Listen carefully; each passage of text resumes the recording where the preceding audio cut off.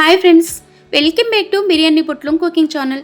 ఈరోజు చాలా సింపుల్గా 5 నిమిషాల్లో ఇన్స్టెంట్గా చేసుకునే స్పాంజ్ దోశలు.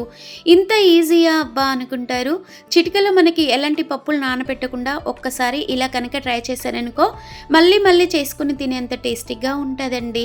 ఇలా చూడండి, స్పాంజ్ దోశలు ఇలా ఒక్కసారి చేసుకుని తింటే పిల్లలకి మార్నింగ్ బ్రేక్ఫాస్ట్లకైనా, లంచ్ బాక్స్లోకైనా, నైట్ డిన్నర్లోకైనా ఈజీగా మనం ఇలా చేసుకోవచ్చండి. ఎలా చేయాలో చూసేయండి. చూసే ముందు మన వీడియో స్కిప్ చేయకుండా చివరి వరకు చూడండి. మీరిచ్చే ఒక లైక్, షేరు చాలా అమూల్యమైనదండి. ఇలా చూడండి ఫ్రెండ్స్, నేను మాత్రం ఈ విధంగా 1 కప్పు అటుకులు ఈ సైజులో వేసుకున్నానండి. ఈ 1 కప్పు అటుకులని నేను కాస్త సన్నటుకులు తీసుకున్నానండి. ఈ సన్నటుకుల్లో కావాల్సిన వాటర్ వేసుకొని శుభ్రంగా కడగాలండి. నీట్గా కడిగి తీసుకోవాలి అటుకులని. మనం ఈ విధంగా వాటర్ వేసుకొని 1 నిమిషం పాటు కొంచెం ఇలా కడిగి నీట్గా వాటర్ వంపేసిన తర్వాత చూడండి ఈ విధంగా అటుకులు అనేది అవుతాయండి. ఈ అటుకులని మనము చూడండి శుభ్రంగా కడగడం మూలంగా త్వరగా డస్ట్ అనేది వెళ్ళిపోతుంది, చాలా మెత్తగా అవుతుంది.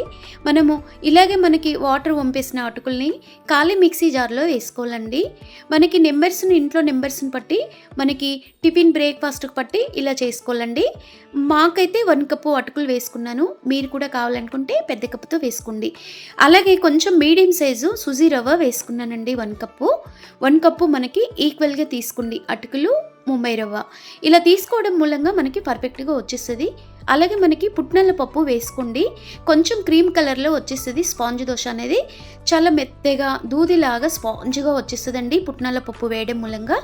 అలాగే అంగుళమంతా అల్లం ముక్క కట్ చేసుకుని నీట్గా పొట్టు తీసి వేసుకుని, అలాగే పచ్చిమిర్చి ముక్కలు కూడా 2 అడ్డంలో చుంచి వేసుకోండి. ఈ గరిటెతో బాగా పులిసిన పెరుగును వేసుకోండి. బాగా పులిసిన పెరుగు వేసుకోవడం మూలంగా స్పాంజ్ దోశ పర్ఫెక్ట్గా వచ్చేస్తుందండి. చాలా సింపుల్గా 5 నిమిషాల్లో ఇన్స్టెంట్గా చేసుకోవచ్చు. ఏ గరిటెతో అయితే పెరిగేసామో అదే గరిటెతో వాటర్ వేసుకోండి. కరెక్ట్గా పర్ఫెక్ట్గా వచ్చేస్తుందండి మనకి రుబ్బేటప్పుడు. ఇలా చూడండి, మిక్సీ మూత పెట్టేసుకొని చక్కగా 2 తిప్పులు తిప్పేసుకుందామండి. ఈ విధంగా చూడండి చక్కగా మెత్తగా ఇలా రుబ్బుకోవాలండి. ఇలా రుబ్బుకున్నాక మనం ఒక బౌల్ తీసుకొని దాంట్లో వంపి వేసుకోవాలండి. ఇలా చూడండి ఈ విధంగా వంపి వేసుకొని రుచికి సరిపడే సాల్ట్ వేసుకోండి. మనకి ఎలాంటి ఈనో వేయకుండా, వంట సోడా వేయకుండా ఓన్లీ సాల్టే వేసుకోండి. ఈజీగా వచ్చేసే మనకి ఇన్స్టెంట్గా మనకి స్పాంజ్ దోశ అనేది. సాల్ట్ తప్ప ఇంకేమీ ఒకటి వేయకండి మరొకటి. ఈ విధంగా సాల్ట్ వేసి చక్కగా మనకి అటుకులు, ముంబై రవ్వ ఈ రెసిపీలో ఈ విధంగా కలుపుకోవాలండి. స్పాంజ్ దోశకి రుచి అనేది మనకి పర్ఫెక్ట్గా రావడానికి మనకు అటుకులు, ఉప్మా రవ్వ ఈ విధంగా వేసుకున్న తర్వాత దానితో పాటు సాల్ట్ వేయడమే రుచి ఎక్కువ ఉంటుంది. ఈ విధంగా చక్కగా ఇలా జారిపోయేలా కలుపుకోవాలండి. వాటర్ కలపకూడదు. మనకి ఆల్రెడీ మనకు 1 కప్పు పెరుగు, 1 కప్పు వచ్చేసి వాటర్ వేసుకున్నాం కనుక ఇలా మనకు ఒక 20 నుండి 30 నిమిషాల పాటు మూత పెట్టుకోండి. ఇది బాగా మగ్గిన తర్వాత బాగా నానుతేనే టేస్ట్ అనేది బాగుంటుంది. ఇప్పుడు పిండి అనేది కొంచెం పులుస్తుందండి. 30 మినిట్స్ ఇలా నానబెట్టుకోవడం మూలంగా. ఇలా చూడండి బాగా నానిన పిండిని మనము ఈ విధంగా గరిటితో 2 తిప్పులు తిప్పితే ఇలా జారిపోవాలండి. కొంచెం నురుగు కూడా రావాలండి. ఇలా చూడండి కొంచెం బబుల్స్ లాగా వస్తుంది కదా. పేలం పెట్టేసుకొని వేడయ్యాక మనము 2 గరిటెలు ఈ విధంగా వేసుకోవాలండి. ఇలా సింపుల్గా పెద్దగా కాకుండా ఈ సైజులో వేసుకోండి. స్మాల్గా నార్మల్ చపాతీ అంతా వేసుకుంటే చూస్తున్నారు కదా ఎలా హోల్స్ వచ్చేస్తున్నాయో. ఇలా బబుల్స్ వస్తేనే పర్ఫెక్ట్గా ఇన్స్టెంట్గా ఈ విధంగా చేసుకోగలమండి. ఈ విధంగా మనకి ఒక్కొక్కటి ఈ విధంగా మూత పెట్టకుండా చేసుకోండి. మీకు కావాలంటే మూత పెట్టేసుకోండి. ఇలా మనమైతే ఒక 20 సెకండ్స్ మంచిగా సిమ్లో పెట్టి చిన్న మంట పైన కాల్చుకోవాలండి.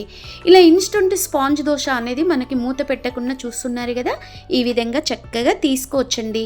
ఇలా తీసుకున్నాక ఒకటి తర్వాత ఒకటి ఇన్స్టెంట్గా ఈ విధంగా చేసుకోవచ్చు. మనకి ఎలాంటి పప్పుల ఖర్చు లేకుండా, టైం లేనప్పుడు అడవుడి లేకుండా సింపుల్గా పిల్లలకి మార్నింగ్ స్కూల్కైనా, బ్రేక్ఫాస్ట్కైనా, నైట్ డిన్నర్లకైనా ఈజీగా ఒకసారి ఇలా ట్రై చేయండి. తప్పనిసరిగా చాలా టేస్టీగా ఉంటాయి. ఎలా వచ్చాయో ఈ స్పాంజ్ దోశలు ఒక లైక్ చేసి, షేర్ చేసి, సబ్స్క్రైబ్ చేయడం మర్చిపోకండి. ఇలా చూడండి సింపుల్గా ఈ విధంగా చేసుకున్న మనకు చాలా టేస్టీగా ఉంటుందండి. మనకి కావాలంటే టమాటో చట్నీ అయినా చేసుకోవచ్చు. నేను మాత్రం మార్నింగ్ చేసిన చట్నీయే మీకు నేను చూపించలే ఫ్రెండ్స్. ఈ విధంగా చేసుకొని ఈ స్పాంజ్ దోశలు తింటే మాత్రం చాలా టేస్టీగా ఉంటుంది. ఒక్కొక్కటి మనం చూస్తున్నారు కదా ఈ హోల్స్ ఉన్న స్పాంజ్ దోశ ప్లేట్లోకి అయితే తీసి పెట్టేసుకుంటున్నామండి.